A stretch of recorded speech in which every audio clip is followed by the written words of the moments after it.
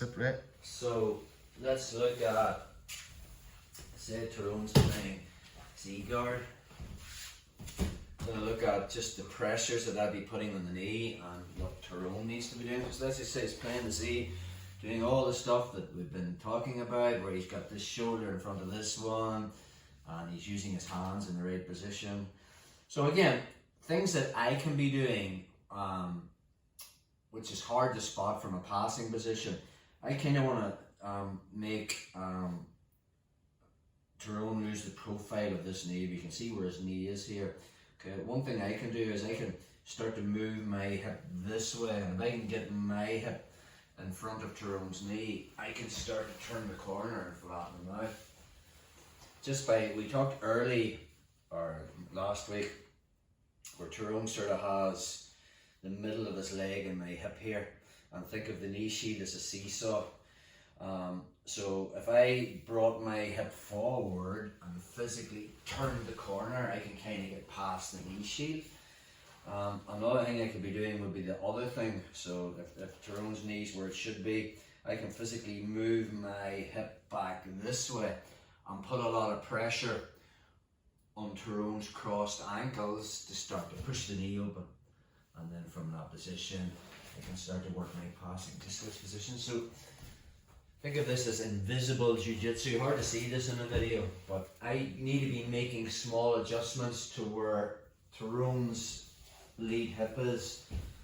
So if I'm playing the Z guard here, okay, and I start to feel Tyrone's hip going past, I'm following it.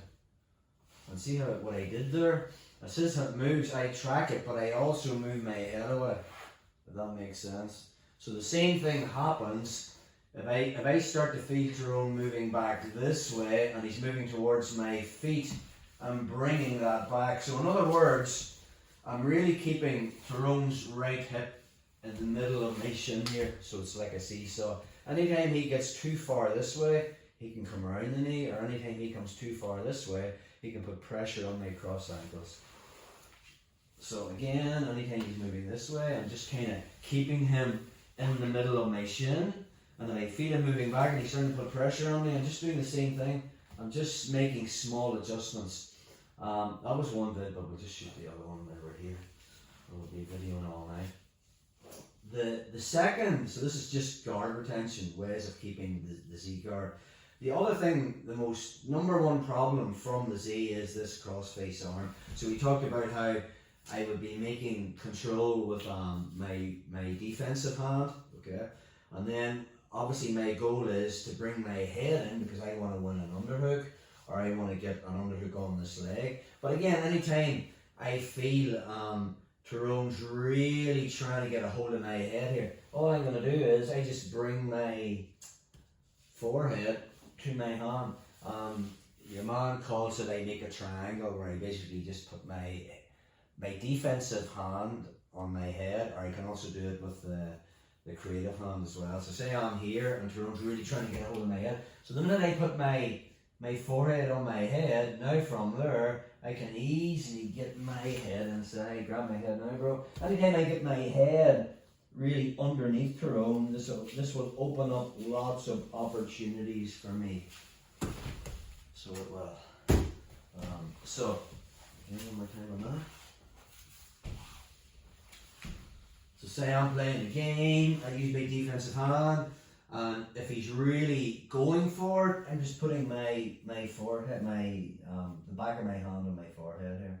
And now from that position, once I kind of like just smear my head inside, once my head's in here, it seems like he's going to be getting any kind of head control, and then I'll be using that to set up my sweeps and stuff. That's with the defensive hand. Let's look at the creative hand. So maybe, you know, this grip is good. We'll be looking at things that I can do when I get that underhook in the leg, especially when I come across and I start to be able to attack legs and stuff from here. But sometimes, if I do make the right choice and I get inside, just as I've made the hook on the head, or sorry, the hook on the leg, maybe Tyrone has started to get head control. So this is where I was sort of late going for the leg, so this is where this hand will come in to help. So again, from there I'll be putting like a thumb grip as if I'm trying to grab his shoulder there. And the detail is I'm keeping my elbow just towards his armpit there. Again, when he's trying to hug my head, I just put my forehead on my hand. And then from that position, I'll be looking to bring my head underneath. Once I get into this position, this is a good position for me. I'll be looking at the stomp from here where I can basically stomp my right leg to get Tyrone's right knee in front of my hip. And then I'm in the whole leech position there where I can have a lot of control from Tyrone. Let's just hit that one more time. So my hands will be working together. Obviously this is my main defensive hand from here. And I'll be playing the whole game.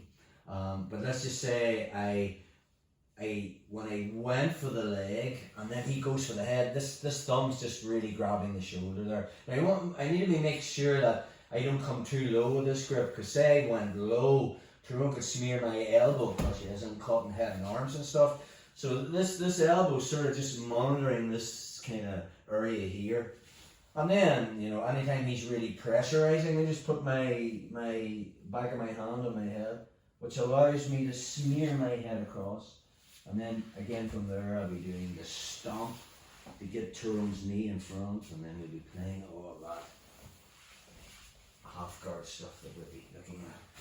So that's two defensive things that we can be playing with the C.